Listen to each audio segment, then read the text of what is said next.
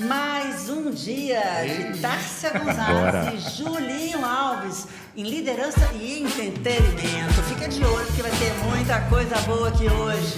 E olha só o nosso convidado especial. Fala, gente. Kenji Takahashi. Muito obrigada, Kenji. Imagina, eu que agradeço o convite. É sempre bom falar com você, sempre. É uma honra. Nossa, eu estou muito feliz com a sua presença. Você sabe o tanto que eu te admiro e o tanto que você é importante na minha vida. Obrigada. Isso é uma recíproca, por sabe? tudo. Eu também muito feliz de receber uma referência. Esse menino, gente. Uma referência na área da educação física. Obrigado, viu? É sensacional para a gente.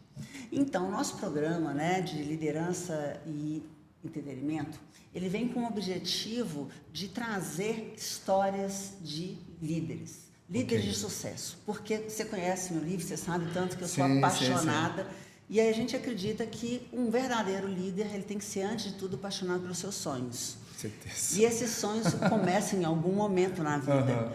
E eu queria muito que você, hoje com 54 anos, um profissional reconhecido no Brasil inteiro, contasse pra gente do Kenji criança, lá atrás, como que começou a sua história, suas escolhas? Conta pra mim. Então, eu sempre movimentei muito. Primeira coisa, obrigado. Eu só entendo essas coisas quando você fala, quando alguém fala, você falou reconhecido.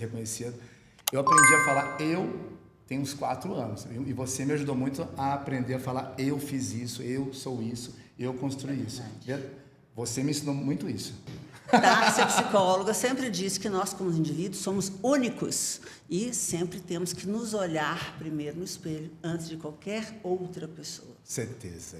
E esse dia foi muito interessante, uma fala que você fez, eu falei, gente, eu construí o Supercore, né? Eu fiz isso, eu tinha vergonha de falar isso, era muito louco. E algumas conversas nossas me trouxeram essa possibilidade de falar eu. Mas, enfim, desde criança eu sempre movimentei muito, eu sempre fui muito roeiro, sabe, gostava de ficar na rua movimentando, e acho que o primordial do ser humano é movimentar, e isso me levou a movimentar. E eu sempre questionava os movimentos, era muito louco, brincando na rua, futebol, mãe da rua, eu sempre falava, vou ficar de um pé só, de ficar 2 pés. Então é muito louco que eu não tinha nenhuma técnica específica, mas aquilo me fascinava.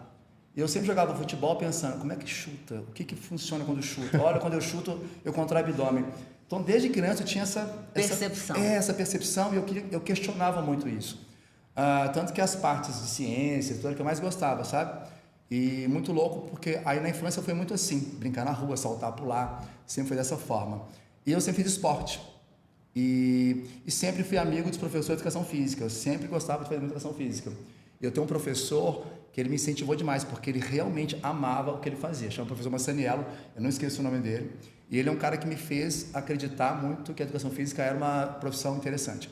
Ele, professora Dona Célia, que era uma jogadora de vôlei da Seleção Mineira, na época, e me incentivou bastante. E por incrível que pareça... Engraçado, você não lembrar deles até hoje, Sim, né? porque... Você lembra o que eles faziam? O professor Massaniello era professor de educação física, antes dava aula de tudo, né?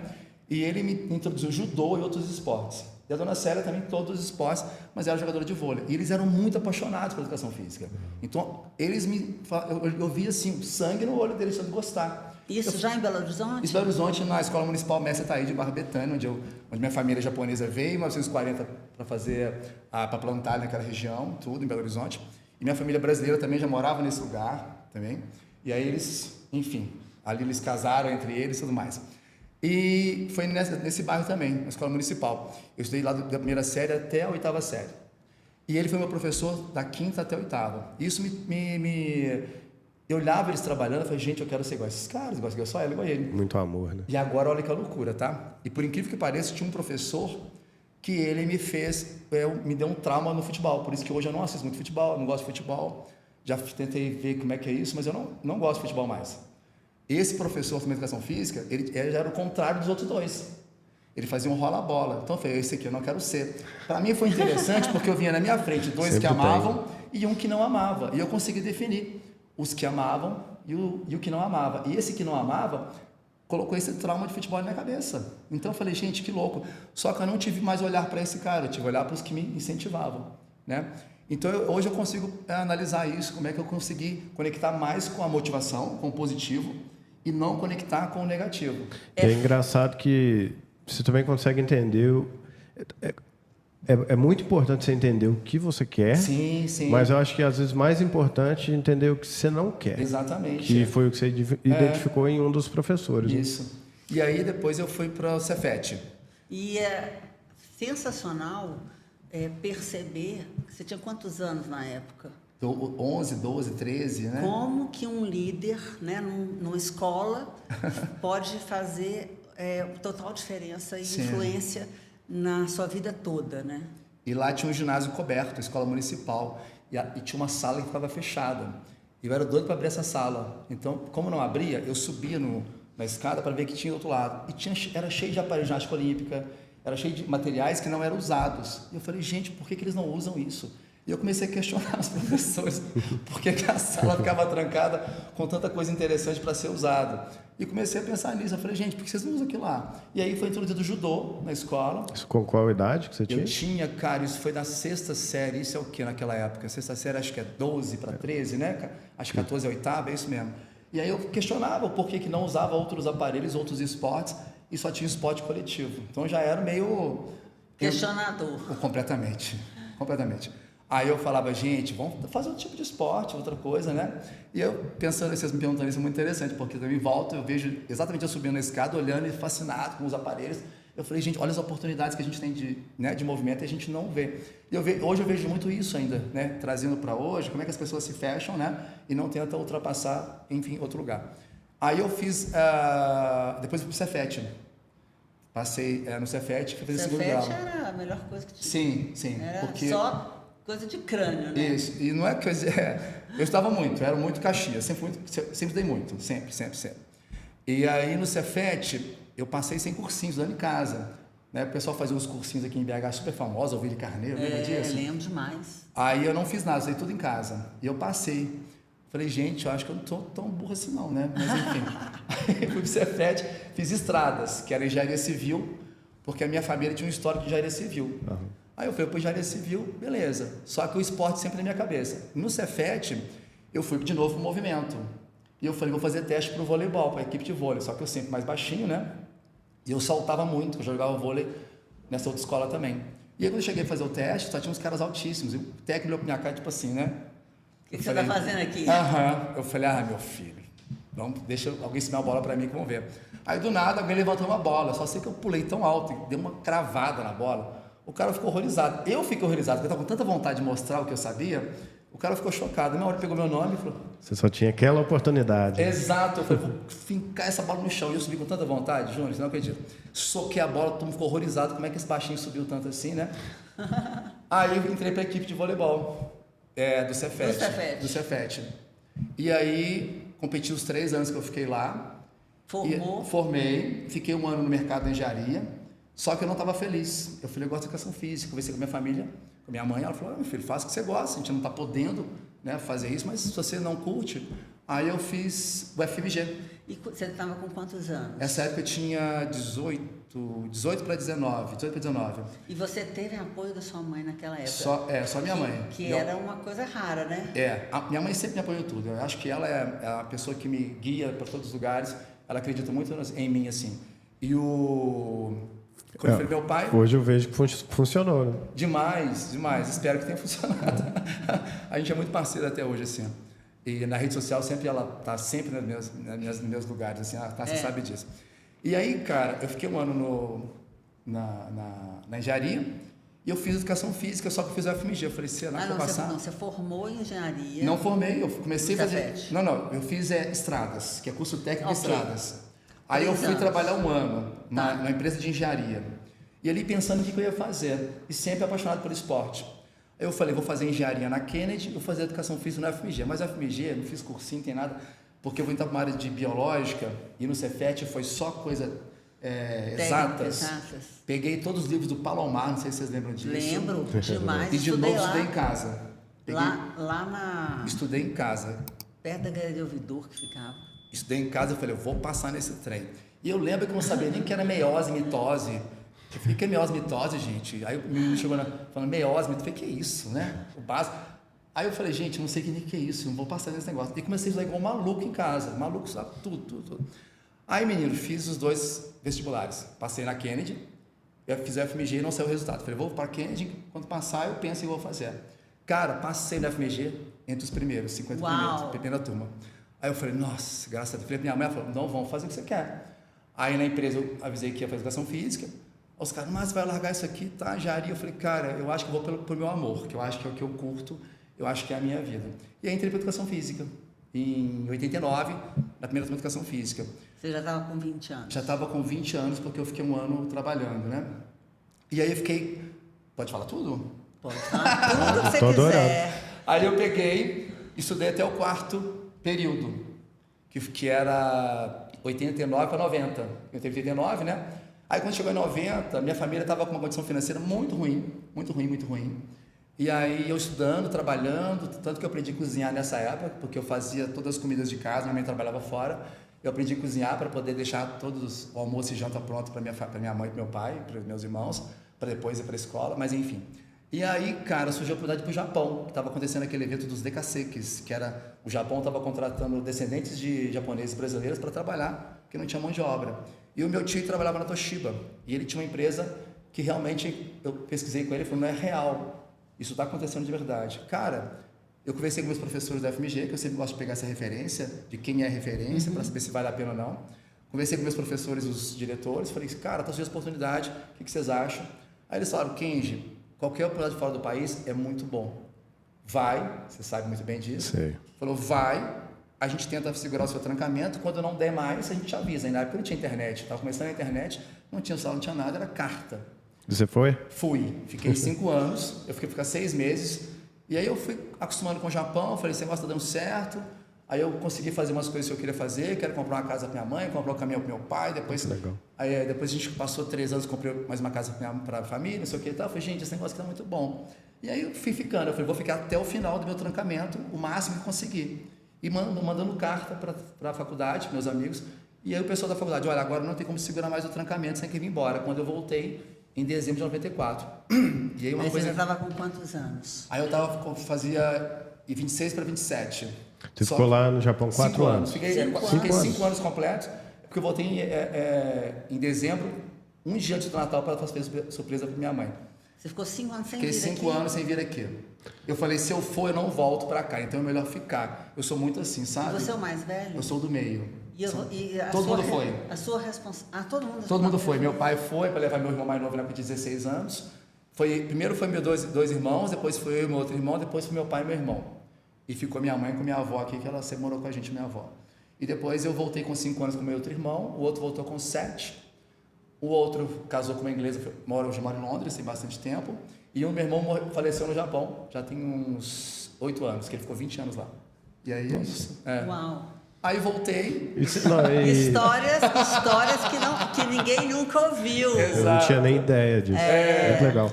E tem alguma coisa... Ninguém nunca ouviu. Mesmo morando no Brasil, sua mãe ou seu pai eram japoneses? Meu pai é japonês, Seu filho pai. de japonês, minha mãe é brasileira. E você vivia a cultura brasileira ou japonesa em casa? Aqui, o que aconteceu? A história dos imigrantes japoneses foram assim, é proibida a cultura japonesa dentro de casa para a gente adaptar ao Brasil. Então, o meu avô evitava qualquer ensino da língua japonesa ou qualquer coisa, mas tinha cultura, né? Então, foi assimilado muito, muito pouco. Como a minha mãe, que é brasileira, ficou muito próxima da minha avó, que é japonesa, a minha mãe, ela assimilou muito mais a cultura japonesa do que meu pai, que queria largar a cultura japonesa, que é japonês. Então, houve essa troca. Entendi. Então, minha mãe hoje, você olha para ela, ela é muito mais japonesa que as minhas tias japonesas. Tanto que a minha mãe é um refúgio da família japonesa. Sempre, sempre. É muito louco isso. E é muito louco, sabe? Ela assimilou completamente a cultura. E tem alguma... Tipo, o Kenji que foi, qual a diferença do Kenji que voltou do Japão? Arrepiei, só da sua pergunta, de verdade. Ó. Sensacional. Porque são memórias afetivas gigantescas, né? Eu fui muito criança e fui muito na aventura. Na verdade, eu te confesso que eu voltei com muito mais medo. Sabe, o Kenji que foi era muito mais aventureiro. E o que voltou, mas voltou um pouco mais com o pé no chão, assim, e valorizando mais as coisas. Então eu fui pensando muito mais. Tanto que na faculdade, quando eu voltei para a faculdade, que eu fiz assim, Júnior, quando eu voltei, no segundo dia, eu já estava trabalhando, eu já estava mexendo com os papéis da faculdade, que eu falei, não quero ter nenhum gap de pensamento de outra coisa que não seja produzir. Porque o que eu vejo, igual você fez, o que eu vejo é o seguinte, as pessoas voltam e ficam muito tempo sem fazer nada. Isso acaba, vou voltar, ou então acaba, vou fazer nada. Então eu falei, eu não posso fazer isso. Eu quero continuar nesse ritmo que eu estou de produtividade. Então eu voltei, já fui para a faculdade, já fiz a rematrícula de novo, fiz tudo certinho, já procurei emprego, fiz estágio perto da minha casa, tudo isso para eu não ficar parado pensando em outra coisa que não seja produzir. Então quando eu voltei valorizando muito mais tudo, o tempo, as pessoas, né, a profissão, a família principalmente. Então eu voltei pensando muito mais nisso. E eu acho que comecei a valorizar muito mais. Eu já valorizava bastante, mas eu comecei a pensar, naquela época, em 95, pensar em tempo de qualidade, pessoas de qualidade. Então eu já tinha muito isso, sabe, na minha cabeça. E é isso, cara. Então eu voltei, a diferença é essa. E você tinha essa work ethic quando você foi? Cara, é assim, eu eu gostava muito de usar o que eu tinha e sempre gostava do tempo, de produzir no tempo que eu tinha. Eu não gostava de deixar nenhum espaço vazio sem produzir. Tanto que eu falava, mas o que eu tenho que fazer em casa? O que eu tenho que fazer não sei o quê? Né? Arruma isso, arruma aquilo. Então, eu sempre, cara, fui assim. E acho que eu sou assim até hoje, né? É, não verdade. sei. Hiperativo, né? Completamente. Gosta de realizar o tempo todo. E lá no Japão, nesses 5 anos, que você disse assim, que você foi de um jeito e voltou de outro, mas que você foi com mais aventura, mais coragem e voltou com medo. O que é esse medo? Eu acho... Assim, porque as pessoas acham que... A gente está com 54 anos, que tudo são flores, né? A gente vê hoje e acha que tudo sempre foi assim. Sim. E falar sobre medo é uma coisa muito interessante, porque o medo é muito importante. Sim, sim. Né? Ele nos protege, ele nos deixa mais... perspicaz, vamos falar assim. Né? Ele deixa a gente com mais cuidado, né? Sim, com as demais, coisas. demais. Então, ele é muito importante. Uma pessoa 100% aventureira, sem medo, não é bom, como também uma pessoa 100% com medo de tudo, sem aquela pitada de aventura, também não é bom. Né? E o que é que você identificou que era esse medo?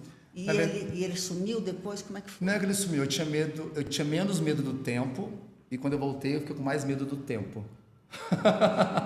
Porque eu falava, meu Deus, eu já estou mais velho e eu tinha medo do tempo passar e eu não produzia o que eu queria produzir. Então sempre foi assim. Até hoje ainda sou assim. Mas eu tinha medo disso. Quando eu fui, falei, vamos. Mas eu tinha objetivos, né? Já fui pensando em comprar uma casa minha mãe. Eu falei, quando eu comprar a casa eu volto. Só acabei ficando mais tempo. Meu objetivo era comprar uma casa. Tanto que eu não saí. Gente, eu fiquei 3 anos e meio sem beijar ninguém, sem ter nenhuma pessoa. Sério, eu acordava e dormia ali, ó, feliz da vida, e isso não fazia falta para mim, é muito louco. Falar isso é muito legal. É muito importante. É muito importante, porque eu falava, gente, eu não tinha olhos para ninguém. Para nada. Porque você tinha meta. Os meus irmãos ficavam preocupadíssimos, eles namorando. Eu, cara, eu acordava, trabalhava, voltava e tudo bem. As características de liderança, elas são muito fortes em você. Obrigado. Você acredita que a liderança é algo inato ou algo que se aprende? Tássia, essa pergunta é muito massa, porque eu sempre me questiono, porque eu trabalho com treinamento e eu percebo isso. Tem muitas características que são inatas, mas outras são treinadas. E eu acho que tem uma porcentagem disso tudo, do que é inato, do que é treinável, sabe? E, infelizmente, quem não tem essas características inatas, infelizmente, elas não são treináveis. Exatamente. Só são treináveis quando você vem com características inatas. Talvez elas não estão treinadas. E, infelizmente, eu percebo isso claramente, sabe? Eu concordo plenamente com o Kenji, porque, para mim, eu também sou da mesma opinião, você já tem esses talentos e aí você pode desenvolvê-los mais ainda ou buscar alguns que você não tenha. Mas, por exemplo, Kenji mostra a liderança dele desde criança. Ele sabia o que ele queria, independente do que ele viveu durante a vida, de ter que abrir mão durante um tempo por outro objetivo, ele sempre retoma para poder terminar aquilo que ele começou. E todo líder, ele tem que entender que a gente tem que terminar as nossas tarefas, mesmo aquelas que são árduas. Né? Adorei. Merece. Isso é muito legal, porque é onde eu estou buscando hoje isso. Minha busca hoje é terminar as coisas que eu comecei, entendeu? Quais são essas características inatas que você acha que você tem? Que eu acho que você eu tenho? Sabe que você tem. Primeira coisa é curiosidade. É o perguntar, o porquê. Eu sou muito curioso. E outra coisa, uma outra característica é valorizar a família. Eu acho que isso é muito importante. Eu acho que um líder tem que valorizar a família. Honrar, né? Honrar, sabe? A outra coisa é você ser muito sincero e honesto com você e com seus sentimentos e passar isso para as pessoas, entendeu? E acho que sinceridade e honestidade é muito importante. Verdade. Verdade, exatamente. Uma outra coisa é nunca estar satisfeito. Não é insatisfeito, eu quero dizer isso. Eu quero dizer que você tem sempre a busca. Necessidade contínua de exatamente. crescimento. Porque eu te conheço. Treinamento contínuo, sabe? E a gente está sempre sentindo que a gente tem alguma coisa nova, sim, sabe? Sim. E que a gente não é o suficientemente bom. Isso também é um perigo, né? Porque a gente acaba ficando meio neurótico naquilo que a gente faz. Não é? Mas, quase Deus. uma síndrome do impostor. Quase, mas não chega lá. O que eu fiz? Eu estou sempre assim me questionando, sabe? O que eu fiz? Mas de novo, não é possível, eu falei demais. Eu fiz isso demais. Não sei o que demais. E aí a gente está sempre achando que tem alguma coisa que está faltando. Tá faltando. A falta é contínua, né? Exato. A sensação de falta. E aí, sensacional. E outra coisa é você realmente, cara, avaliar. Toda hora você tem que avaliar, isso que você falou agora, né? Avaliar e reavaliar, sabe? E ver se esses processos estão legais ou não. E qual o problema de refazer, né? Eu acho que é você não ter, e outra coisa, você não tem medo de errar, sabe? Eu acho que um líder não tem medo de errar. Errou, vamos refazer. Pede desculpa. Exatamente. Tá tudo bem. E aí vem junto com a sinceridade, a verdade. Então, eu estava até lendo, escutando o livro ontem, aquela 90 segundos para persuadir. Ele estava falando muito sobre isso, sabe? Sobre a questão de você ser sincero, olhar no olho, falar a verdade. Isso é muito interessante, porque a pessoa acredita em você. E a partir do momento que você consegue criar essa confiança, cara, o que você falar, a troca é muito legal. Então, eu tenho aprendido muito com isso. Eu tento aprender o tempo inteiro, um aprendiz eterno, isso é muito importante, porque o líder é um aprendiz eterno. Você nunca está... O que a gente está falando é sobre isso, é aprendizagem eterna. A gente está sempre achando que a gente é um aprendiz, sabe? Vale a pena repetir. É uma esponja, você nunca está cheio, você tem que absorver. Não, vale a pena repetir. O quê? Volta a fita. Onde que eu vou? Eu falei que vale a pena absorver isso? Também. Você falou sobre aprendizado contínuo. Isso, é porque eu falei que o líder está sempre pronto para aprender. A gente nunca está completo. Então, eu dei o exemplo de uma esponja, que você sempre está... A esponja sempre vai sugar um pouquinho de uma gotinha. E vou falar para você, talvez as pessoas mais simples, talvez as falas mais simples, são a que mais te dá um gatilho de aprendizagem, né? Nem sempre aquela fala tão intelectual te traz um aprendizado. Mas, de repente, a pessoa te fala uma fala e você fala, nossa... Não tinha pensado nisso, porque a gente é tão ligado, desculpa te cortar, a gente é tão ligado numa busca de intelectualidade tão avançada que a gente vai esquecendo das coisas básicas. E quando alguém fala uma coisa básica, por exemplo, sua mãe, sua filha, sua namorado, faz uma fala tão simples, você fala, meu Deus, que massa, eu não tinha pensado nisso. Então eu esqueci de pensar nisso nesse processo. O simples precisa ser dito. Completamente. E o simples é verdadeiro, né? Eu acho isso muito legal, você está sempre aberto, sabe? Sensacional, que aprendizado. Você, né, nesse sucesso que você trilhou durante esses hoje 54 anos, como eu, né, fazendo aniversário pertinho do outro, teve alguns percalços. Nossa, mãe. Conta um pra gente. Cara, eu quero saber um no Japão. No Japão? Quero saber no Japão. Te falo no começo, olha só que loucura. O combinado era que nós, todos os irmãos, ficariam no mesmo lugar, mesma cidade. Eu não sabia falar nem inglês nem japonês quando eu fui, tá? Mal sabia português. Sabia hayo, que é sim, e bom dia em japonês. E quando a gente foi, nós 4 irmãos primeiro, fomos para uma cidade de um estado acima de Tóquio, no norte, chamado Sandoshi, que é no estado de Tochigi, que eu também não conhecia, aprendi todo o mapa do Japão no Japão. Enfim, do nada me transferi para uma cidade, eu sozinho, para uma outra cidade. Em outro estado chamado Shingo-Hirashita, não, era outro nome, Fukiage, que era uma fábrica de caçambas de lixo, e eu soldava com a solda MIG, que é aquela solda que tem um gás, né? E aí fui para lá, mandaram, daqui a pouco seus irmãos vêm. Eu fiquei 3 meses sozinho, sem nenhum contato com meus irmãos. Aí você teve que aprender a falar tudo. Não, e aí eu falei, cadê meus irmãos? Eu ficava perguntando, meus irmãos vão trazer, e eu, aquele desespero, né? E aí, cara, eu trabalhando, pensando só em trabalhar, eu falei, eu preciso pensar em voltar com... Eu desesperado, sozinho. O que eu fazia? As casas que a gente morava nessa cidade que é pequenininha, era de madeirinha, então você tinha isso aqui com o piso ali, o chinelo para fora na rua e a porta que abre e você dormia aqui. E a janela aqui. Então tudo passava na rua, você escutava. Eu comecei a dormir todos os dias de janela aberta para ver se eu escutava português, porque tinha pouco brasileiro na minha cidade. Que legal. Porque eu falei, quando eu escutar o português, eu pego a bicicleta e vou atrás deles, porque eu preciso saber onde tem outro trabalho, porque é um trabalho muito pesado que eu fazia.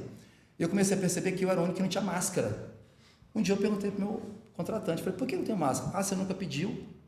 E depois eu fiquei sabendo que essa solda amiga, o gás, ele é letal a partir de 3 anos. E eu não sabia disso. Então, tipo assim, eu estava ali morrendo, né? E, enfim. Aí, cara, foi muito legal, porque eu fiquei todo dia dormia e falava, nossa, estamos muito mal. Me lembra de falar uma coisa muito legal, de falar meia e contar para você na casa. Isso é muito bom. Aí eu peguei um dia, do nada, depois de uns 2 meses, que eu tenho português. Falei, não tô doido. Aí, botei a janela para fora, português. Cara, peguei a bicicleta e corri atrás dos caras. Era uma turma de brasileiro. Falei, gente, não se assustem com a minha chegada. Mas eu estou desesperado, estou num trabalho horroroso. Falei onde que era o trabalho. Quente, pelo amor de Deus, cara. Falei meu nome, me apresentei. Você tá doido, essa fábrica mata as pessoas. A gente está na Honda, fazendo um trabalho na esteira, mais básico. Vamos para lá, tem uma reunião tal dia, nossa casa no final da rua lá, não sei o que tá, você vai lá bem no final. Eu falei, cara, eu vou, porque eu preciso mudar de emprego. Aí fiz essa reunião, isso é uma outra história, mas aí fui lá, vou para a Honda, que era da mesma cidade, né? Eles passavam de especial para pegar o pessoal. E aí a minha empresa, que eu contei no telefone do meu pai sobre isso, só que meu pai contou para meu tio. O meu tio contou para a contratante. A contratante deu um jeito e levou meus irmãos para a minha fábrica, só que a gente não queria ir para a minha fábrica, porque a fábrica era ruim. Trouxeram para a minha fábrica. Eu falei, a gente não quer isso, nós queremos ir para outro lugar que tenha saúde. Aí depois ele levou para outra cidade, Hitachi, né? Aqui fala Hitachi na época, Hitachi, nem lembro, nem tem essa marca mais aqui no Brasil, né? Ah, é. Não ouvi falar. Não, né? Fazer ar-condicionado, fazer tudo. Aí lá era Hitachi.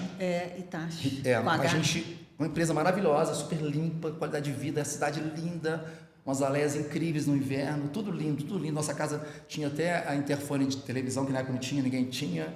Casa de 2 andares, só que tudo foi gênio, nós estamos no céu. Acho que eles pensaram, vão matar esses japoneses, agora nós vamos botar eles no céu, porque vão processar a gente no Brasil. Mas enfim, aí aconteceu isso. O outro perrengue foi o seguinte, dentro dessa mesma história dessa casinha, quando eu fui para lá... Mas você foi para a Honda ou não? Nós não fomos para a Honda porque eles ficaram sabendo que a gente ia para a Honda. Eu fiz uma reunião com meus 11 primos, mandei endereço para todo mundo pelo telefone, falei, gente, tem reunião tal dia, já estava fazendo motim, né? Já estava ali. Chamei todos os meus irmãos, meus primos, e conseguiram achar, tadinho. Aí essa história da estação foi muito engraçada, que eles passaram direto do trem. Falei, gente, o trem foi embora, eles conseguiram ir na outra estação e voltar. Eu fiquei esperando eles voltarem. Aí o pessoal chegou, fiz uma reunião, e eu contei para meu pai no telefonema. Meu pai contou para meu tio. Então eles descobriram que 11 pessoas iam sair da empresa. Aí que eles foram conversar com a gente para dar o que a gente queria. Entendi. Aí foi isso que aconteceu. Aí resolveu, beleza. Mas nessa casinha, eu cheguei, tinha um negócio quadrado assim, tá? Que eu abria, falei, o que é isso aqui? Em cima da geladeira. Aí eu falava, aí ligava, abria, botava a mão, nada. Isso em 1990. Eu falei, gente, o que é isso aqui? Aí um dia eu falei, deixa eu colocar uma meia aqui. Coloquei uma meia dentro do negócio, liguei, a meia ficou quente. Eu falei, gente, é secador de roupa. Maravilhoso. Era secador de Era roupa? micro-ondas, só que eu não conhecia. Aí... Como não tinha micro-ondas no Brasil naquela época, assim, 90, não tinha. Aí eu falei, vou secar minhas roupas aqui. Comecei a secar minhas roupas. E um dia eu coloquei uma roupa de nylon. A roupa pegou fogo. Eu falei, gente, isso aqui não é secador de roupa, porque não seca nylon. Aí eu perguntei na empresa. Não tinha Google, né? Aí o cara falou, era de fazer comida. Eu falei, gente, não tinha nada. Não tinha nada. Então eu estava usando o micro-ondas para secar a roupa. Para secar a roupa. Olha, adorei. Essa foi demais. Perrengue chique. Adorei essa. Eu também gostei demais. Gente, mas assim...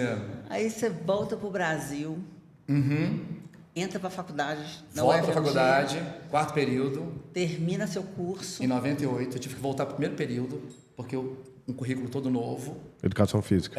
Voltei para o 1º período, porque foi refeito todo o currículo, né? Aí você forma. Em 98. E aí você está pronto para começar a realizar seu sonho. Sim. Finalmente, né? Isso. E aí, como é que foi seu primeiro emprego fazendo aquilo que você tinha escolhido desde pequeno? Você sabe que eu sou bem emoção. Eu arrepio muito. Legal. O tempo inteiro. Eu sou muito assim. Graças a Deus. Então, assim, meu primeiro emprego foi, eu já cheguei e fui trabalhar. Eu cheguei, já fui numa academia no meu bairro para fazer estágio, que é muito legal essa história, muito legal. Que era um médico, uma casa, 2 andares, fui trabalhar com ele como estagiário e fiquei lá. e depois já fiz a matrícula de UFMG. Isso foi em 90. Isso. 95. Beleza. Aí, voltei à educação física na musculação e dando dança de rua. Comecei a treinar dança de rua. Porque teve a oportunidade de um cara chamado Júnior, e ele ganhava aqueles campeonatos de Joinville, de dança, que tem até hoje, famosos, e veio para o BH dar um curso. E eu fui fazer esse curso com ele. Mas você já dançava? Nada. Nada? Ah, minha filha. É porque eu sei que hoje você dança Hoje muito. eu danço. Eu dançava nada. Falei, vou nesse negócio. Aí cheguei lá, tinha 50 mulheres e eu de homem. E eu lá, a dureza, a porta, sabe? Assim, ó. Falei, gente, tô nem aí. Eu quero trabalhar nessa academia, que era Shape na época, era a maior academia de Belo Horizonte. Eu falei, eu quero trabalhar aqui. Eu não quero trabalhar na academia de bairro, eu quero ficar nessa academia. Aí eu falei, beleza, vamos pra lá. Fiz o teste, tá? Aí ficou eu, de homem, que passou, e uma menina. Eu falei, gente, só fui escolhido porque eu sou homem. Porque dançar é meu dançar. E o Júnior me ensinou um monte de coisa, muito legal, muito massa. Aí comecei a dar aula de dança nessa academia. E logo em seguida depois, começou a abrir uma outra academia no Pontém, que era a Rio Sport Center, que era a rede do Rio de Janeiro. E a minha coordenadora, que é a Bia, foi para lá também. Aí eu fui dar uma aula experimental, substituindo um professor, de aula de dança de rua. O povo amou a minha aula e ela me contratou, foi para a Rio Sport. Aí a minha história mesmo eu conto, e começou na Rio Sport Center em 96. E foi isso. E o Supercore teve uma abordagem em 99 de outro problema que eu fiz a limonada e surgiu o Supercore. Qual foi o problema? O problema foi que em 99 apareceu no Brasil o advento do personal trainer. Não usava esse nome. Era educação Aula particular. Aula particular. E aí quem dava aula de ginástica não podia dar aula de personal trainer na musculação. E se eu falar isso é louco, mas aí aconteceu. Aí aconteceu. Eu sempre avaliar, fui no diretor e falei, olha só, eu não posso usar os aparelhos, é isso? Mas eu posso dar personal na sala de ginástica? Ele falou, pode. Aí eu fui para a sala de ginástica, tinha barra, já tinha banco, já tinha step, caneleira, e eu comecei a dar aula de personal na sala de ginástica. Maravilhoso. Isso aí, muito legal. Sem nenhum aparelho. Cara, e ali eu comecei a entender de novo o que eu pensava na infância. Na infância. Da construção do corpo. Da construção do corpo. Como que eu posso trabalhar alavancas biomecânicas para atingir emagrecimento, intensidade e conseguir construir, né, os objetivos dos alunos? E ali eu comecei a pensar de novo no corpo e global. Dali surgiu a minha ideia do Supercore. E em 2000 começou a gritar o funcional no Brasil. Você já estava na frente. Eu já estava pensando sobre isso, já estava escrevendo sobre isso. E aí eu falei, em 2003, eu falei, está muito desorganizado esse funcional aqui no Brasil. Deixa eu começar a pensar numa estrutura pedagógica, que eu sempre gostei da pedagogia, sempre gostei de como ensinar. Eu gostava que meus alunos saibam o que eles estão fazendo. E aí eu falei, cara, dá para fazer uma coisa massa. Já tinha a Body System, eu já estava na Body System. Eu falei, dá para fazer uma coisa legal. E aí foi isso. Aí eu comecei a pensar o Supercore ali. Em 2004, foi minha primeira abordagem como Power Core, não como Supercore. E depois que você formou nessa sua inquietude, né? Em algum momento você sai da educação física. Me conta isso, porque muita gente não sabe. Não sabe. Eu tinha feito um MBA de gestão de academia, que era a primeira MBA de gestão da academia do Brasil, 2009. Aí eu fiz, eu estava muito curioso sobre isso, a gestão. E aí eu falei, eu preciso praticar. Aí de novo eu falei com o meu diretor, eu preciso aumentar o salário, preciso mais função. Ele falou, Keiji, só você pegar meu lugar.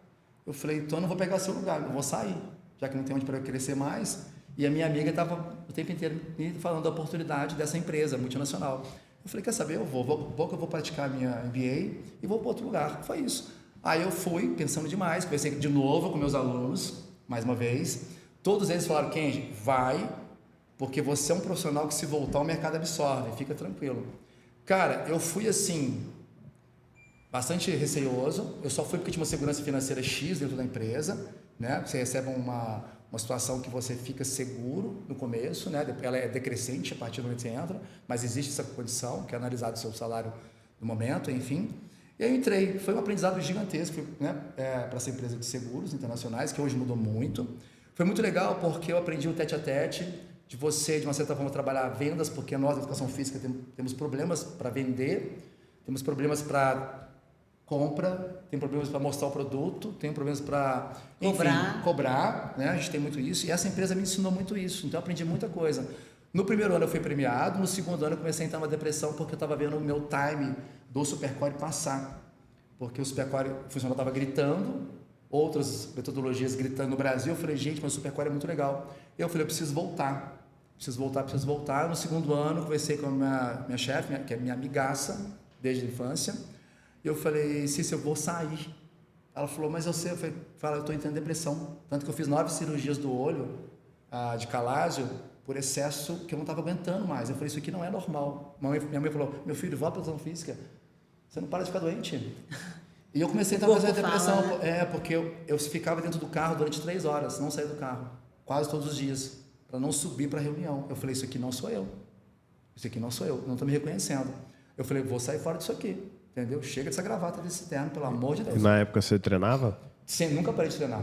Nunca parei. Eu nunca parei de dar os cursos no final de semana do Supercore. E a forma como era cobrada essa venda, para mim, não era natural para mim, do que eu estou acostumado a fazer. Entendeu? O aprendizado é incrível. Mas eu comecei a sentir um pouco invadido, um pouco over, entendeu? Legal você falar isso, porque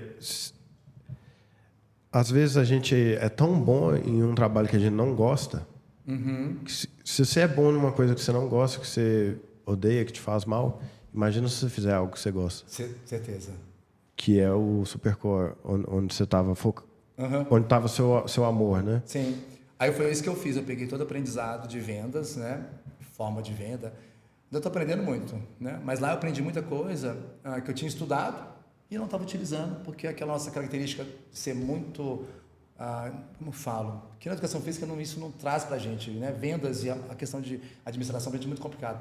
Eu aprendi isso lá. Então eu fui aplicando dentro do Supercore, que eu tinha metodologia, estava estruturada e não tinha vendas e administração direito. Então eu apliquei dessa forma. Então, para mim foi uma grande outra pós-graduação, só que no campo. Então eu falei, eu vou pegar o seguinte, eu vou usar essa minha saída como 2 anos de estágio da MBA que eu tinha feito. Então eu traduzo a minha vida a isso. Eu nunca conto com muita tristeza essa história, que muito pelo contrário, foi um lugar que eu aprendi demais. Me tirou de uma zona de conforto incrível, me balançou várias vezes e eu achei isso maravilhoso, porque eu gosto de ficar bem desconfortável, sabe? E às vezes não adianta você ter um produto muito bom, igual que você tem, e não saber vender ele, né? Então, e isso é um processo. Eu te falo que assim, é muito louco, porque tem qualidade e eu vou aprendendo cada vez mais, tá? Agora há pouco tempo eu tive uma experiência desse tipo também, que uma pessoa me deu um toque. Eu poderia até achar ruim. Foi um serviço que eu fiz e a pessoa fez uma fala bastante agressiva, mas ao mesmo tempo eu não senti que foi agressivo. Eu falei, uai, gente, isso aqui é um aprendizado. E eu falei, uai, massa. Aí peguei essa fala dele e falei, preciso ajustar isso aqui realmente, né? E foi muito legal, porque ele falou assim, o Supercore é muito autoral. Você precisa deixar um pouco mais replicável. Legal. Entendeu? Eu achei isso maravilhoso. Eu pensei, verdade. Legal. Eu lembro uma vez que eu estava treinando a Tárcia, já tinha uns 2 anos que ela estava fazendo aula comigo e ela falou, tem quanto tempo você está trabalhando aqui? Aí eu falei assim, pouco mais de 2 anos. O que você aprendeu no último ano? Aí eu não soube falar. Entendi. Eu fiquei calado. E depois daquele dia eu pensei, minha vida vai ser assim para sempre? Sim, é muito importante. E aí que surgiu a oportunidade de morar fora, ver outras coisas. E lá eu fiz exatamente o mesmo. Quando eu via que estagnei, não tô aprendendo nada novo, eu procurava outras formas de continuar aprendendo. É o que eu falei para você, eu gosto de ficar desconfortável. Entendeu? Eu adoro ficar desconfortável. Surgem oportunidades, né? Você é muito criativo. Eu gosto do desconforto. Sai da mesmice. E tipo, rede social. Adoro que fala mal na rede social. Quando fala bem, eu amo, adoro. Mas eu gosto mais quando fala mal, entendeu? Falo muito mal? Não falam muito mal, mas quando eu falo, graças a Deus alguém falou mal. Porque é muito bom, né? Eu acho maravilhoso. Não sei vocês, mas eu amo quando o hater vem. Eu não bloqueio os haters. Eu deixo eles ali. O hater é um feedback. É um feedback. Se você tiver só maravilhoso, amor... cara. Eu acho lindo isso, porque, mesmo de verdade, aconteceu isso ontem. Eu falei, deixa eu ver se a fala dele tem verdade. Sentido. E você responde todos? Respondo com muito amor e carinho. E eu falei, se quiser, eu posso te ajudar a passar por esse processo. Tipo, às vezes é só uma atenção, né, que ele está precisando. Cara, às vezes é uma coisa que a pessoa quer continuar aquela agressividade. Né? É verdade. E se você dá um coraçãozinho, um amorzinho, você quebra a pessoa totalmente, entendeu? É assim que eu faço, não sei. Eu tenho uma pergunta para você. Eu estava dando uma olhada no seu conteúdo, nas coisas que você faz. Qual a importância de ficar de cócoras? Você quer saber de verdade? O cócoras é uma posição natural nossa, do ser humano, né? E é uma posição onde você faz tudo, descanso, é a posição de descanso dos nossos ancestrais. E também é uma posição de defecar, literalmente de cagar, onde o nosso reto, que é o final do intestino, ele fica reto de verdade. Então, quando você fica de cócoras, você tem facilidade de defecar e tem também um trabalho de mobilidade articular, não só do joelho, quadril, tronco, você entra nesse posicionamento. Só que a cadeira, por exemplo, a gente está agora, né? Tanto que você vê que eu fico mexendo muito, porque eu fico um pouco desconfortável em cadeira. Eu gosto de botar o pé para cima, eu gosto de fazer essas coisas assim. Nos meus cursos não tem cadeira, é sempre no chão, tá? Mas é isso, a grande importância é fisiologicamente você trabalha mobilidade e você tem um trabalho de intestinal muito gigante, é uma saúde intestinal. Por isso que tem aquele banquinho que já está industrializado, que é o cococócoras. Você compra aquele banquinho, põe no seu vaso, que quando você senta no vaso, põe o pé em cima, a sua posição é um cócoras sem estar de cócoras. Legal. Aí o seu reto, intestino faz assim, fica retinho, entendeu? Aí o bolo fecal desliza com mais facilidade. Você fica de cócoras todo dia? Sempre na vida. Eu tenho uma prótese de quadril, não sei se você sabe disso. Meu médico falou que nunca mais eu ia agachar. Eu falei, não faz isso comigo não, filho. Não faz isso. E hoje eu sempre treinei, então, sempre fico de cócoras. Teve um conselho que eu ouvi que ele disse, quando você tiver limitação em um movimento, faça um esforço para voltar a fazer aquele movimento. Não deixe... Porque você sempre vai ter uma limitação, Certeza. levantar o braço. Sim. Foque nisso, resolva isso, que é o... Com qualidade e simplicidade. Eu acho que o mais importante é sempre fazer uma regressão. Tem dificuldade, regride e executa de novo. Nunca tenta progredir se aquele movimento não saiu com qualidade. Então sempre regride, a regressão é muito importante. Isso, para mim, é o mais difícil. Me perguntaram isso no congresso, qual era a maior dificuldade minha na minha vida profissional. Eu falei, é falar para as pessoas regredirem para progredir. Então é o mais difícil é convencer. Ninguém quer, né? Ninguém quer. As pessoas querem sempre progredir, entendeu? Então essa que você falou é muito importante, é simplificar para poder dar um passo numa movimentação mais complexa. Kenji, queria te perguntar uma coisa muito importante. Você me ama? Oh, amiga, eu tô aqui por isso. Mesmo. Eu também te amo muito. Isso é uma receita que você sabe disso. Admiração. Amo demais. É aquela pessoa que faz diferença na vida da gente. E todos nós temos, né? E às vezes a gente deixa de falar. Então, é muito gostoso falar que a gente ama o outro, né? Isso é importantíssimo. É importantíssimo. Você falar das suas emoções é muito importante. É sinceridade, né? De novo. A verdade. Honestidade. Eu também tento o máximo possível me exprimir, né? Expressar. Exprimir, gente, a palavra. Expressar de forma bem verdadeira, sabe? E é assim, enfim. E eu queria agora te fazer uma... Que Estamos medo. quase nas últimas perguntas. Você é um líder, você é inspirador, você já... Referência. Referência. Obrigado, né? gente. E muitas pessoas que estão começando agora podem se inspirar na sua história, que você acabou de nos contar, que é um grande aprendizado de luta, de garra, de saber vencer os obstáculos, Sim, né? Igual você sim. ter ido para o Japão. E isso é sensacional. Mas se você pudesse agora dar para quem está te olhando, para quem está te vendo, está te ouvindo, né? Uau. 3 dicas fundamentais que foram muito importantes na sua vida, quais seriam elas que você, como mentor que Nossa, mãe. poderia dar recado para essa moçada nova que está aí? E eu não falei de um fator limitador que foi aos 50 anos, não, 48, colocar uma prótese de quadril, onde foi falado que eu não ia mais movimentar. Você imagina, o que eu mais gosto de fazer, eu coloquei a prótese. Falei, imagina, não vai ser isso a me segurar, de maneira alguma. Eu acompanhei. Você acompanhou. Fiz uma recuperação de 6 meses, bem maior do que os médicos pedem, porque eu sabia que eu precisava disso. Tanto que o protocolo hoje de construção, reconstrução das pessoas são 6 meses. Eu não abro mão disso, enfim. Mas os conselhos não, as dicas. Primeira coisa é ver tudo de bom no que está ruim. Aonde eu posso aprender no que está ruim? Eu acho que tudo que está ruim tem um aprendizado. Qualquer coisa. Doença, quedas, tudo, sabe? Tudo tem um aprendizado, seja, né, para você ou para as pessoas, para a sua carreira, enfim. Isso eu aprendi muito na Seishinoye, que é uma filosofia de vida japonesa, que minha mãe, ela é uma das precursoras no Brasil e tudo mais. Eu vivi muito isso, a positividade, né? Isso traz junto a positividade. Uma outra dica é positividade, né? E outra coisa é estudar. Estudar. Todos os dias. Estudar. O que eu falo no meu curso, cara? Você fala assim, gente, você não pode ir para casa sem ter nada que te incomoda durante o dia na sua questão técnica ou comportamental. Todo dia você tem que ir para casa pensando em alguma coisa. Não quero que você não tenha paz, não é isso. Eu só quero que assim, alguma coisa tem que te incomodar naquele dia. Se chegar em casa, alguma coisa que te incomoda, como é que eu posso resolver aquilo? Todos os dias da sua vida. Então eu tento todo dia da minha vida procurar uma coisa que me coloque para ler um livro diferente, para buscar um artigo diferente, ou para estudar uma coisa que aquilo possa me ajudar. Então, se eu chego em casa sem pensar em nada, eu falo, nossa, não tá bom. Não tá bom. Então, assim... E esse hábito da busca do conhecimento... Exato. Você, então, tem essa disciplina? Tenho. Você faz isso todos os dias? Todos os dias eu dou uma sentada, dou uma olhada. Eu sento na frente dos meus livros todos. Às vezes eu tenho um livro que eu não li direito, eu puxo um que dou uma olhadinha, nem que seja 10 minutos. Se você fizer isso todo dia, 10 minutos, de qualquer assunto que seja, sabe?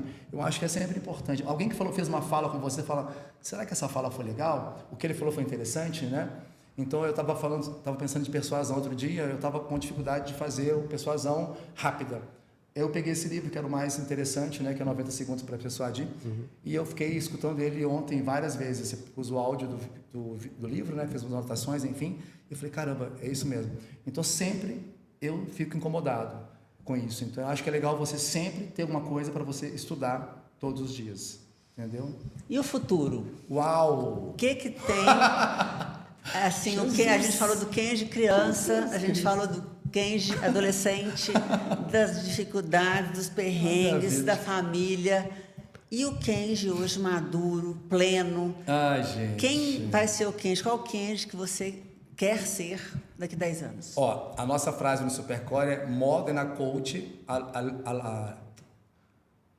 um legado, né? Mais que um coach, você tem um legado.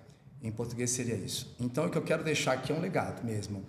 Eu gostaria muito que a minha família estivesse comigo no sentido dos meus sobrinhos, meus irmãos, dentro do Supercore. Mas o meu sonho é isso, né? Mas a educação física não é um lugar fácil, né? Assim, de trabalhar ou de você construir.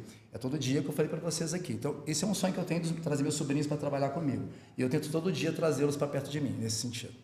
E o futuro é realmente deixar um legado. Então, agora, eu estou tentando deixar estruturado o máximo possível a metodologia como obra literária, né? Porque vai ser a forma de deixar isso claro, né? O registro.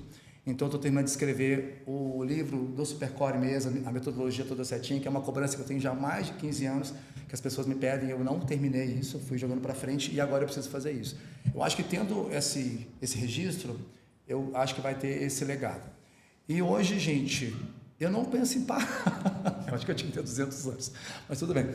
Eu fico pensando no futuro. Movimentando igual você movimenta, você não precisa parar. A minha angústia maior hoje, vou falar da angústia desse futuro, é angustiante, porque eu fico pensando, eu quero manter a autonomia do movimento, mas um dia isso não vou ter mais, né? Ou posso ter, enfim.